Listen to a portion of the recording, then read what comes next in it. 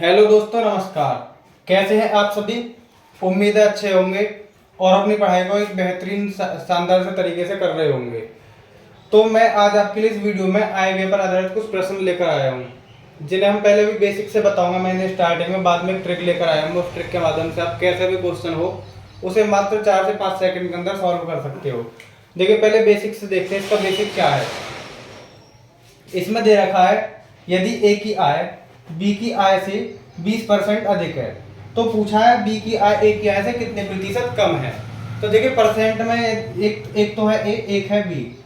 इसने बोला है ए की आय बी से 20% अधिक है, तो ए की नहीं पता हमें ए कितना है। तो आप क्या करना है, ए की बी की आय से अधिक है तो पहले आप करना बी को 100 मान लो। ठीक है, तो ए की आय कितनी दे रखी है, इससे 20% अधिक।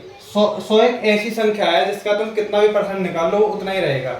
जैसे मैं बोलूँ 100 का 200% बताओ तो 100 का 200% 200 ही होगा। या फिर मैं बोलूँ 100 का 20% बताओ तो 100 का 20% भी 20 ही होगा।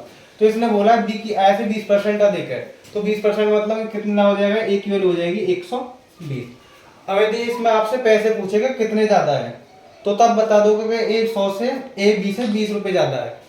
या फिर मैं बोलूँ बी ए से कितना कम है, तो आप बता दोगे 20 रुपए कम है।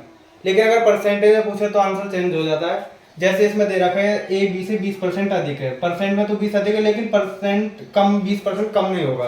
तो इसे करते कैसे हैं? सबसे पहले आपको देखना है कम या ज्यादा। कम या ज्यादा, कितना ज्यादा है, सॉरी इसमें कम पूछा है ना, कम या ज्यादा, कितना कम है, 20 कम है। ऊपर तो रखना 20, बटे में रखना किससे, किससे कम है, 20, ए से कम है। यही तो पूछा है इसने, बी किया ए की आय से कितने प्रतिशत कम है, तो ए की आय से, ए की आय कितनी है 120, उसको रखना है बटे में। और परसेंट निकालने, परसेंट निकालने के लिए क्या करोगे, 100 से मल्टीप्लाई कर दोगे। ठीक है, 0 से 0 कट के 2 छिक्के 12। यहाँ बचा तुम्हारा, यहाँ कितना बचेगा, 100/6। और 100/6 की फ्रैक्शन होती है 16 सही 2/3। 16 सही 2/3% आंसर हो जाएगा।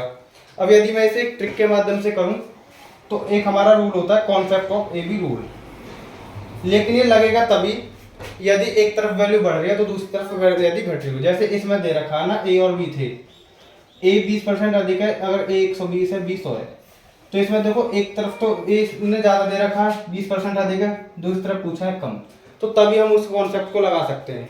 करना क्या है, जैसे इसने बोला 20% अधिक, तो 20% की आपको फ्रैक्शन पता होनी चाहिए। 20% फ्रैक्शन कितनी होती है, वो होती है 1/5, और ये अधिक दे रखी है तो दूसरी तरफ घटेगा ही, वो तो घटना है, दूसरी तरफ क्या होना, घटना।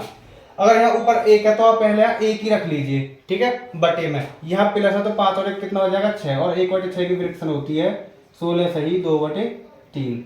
ये आंसर हो जाएगा।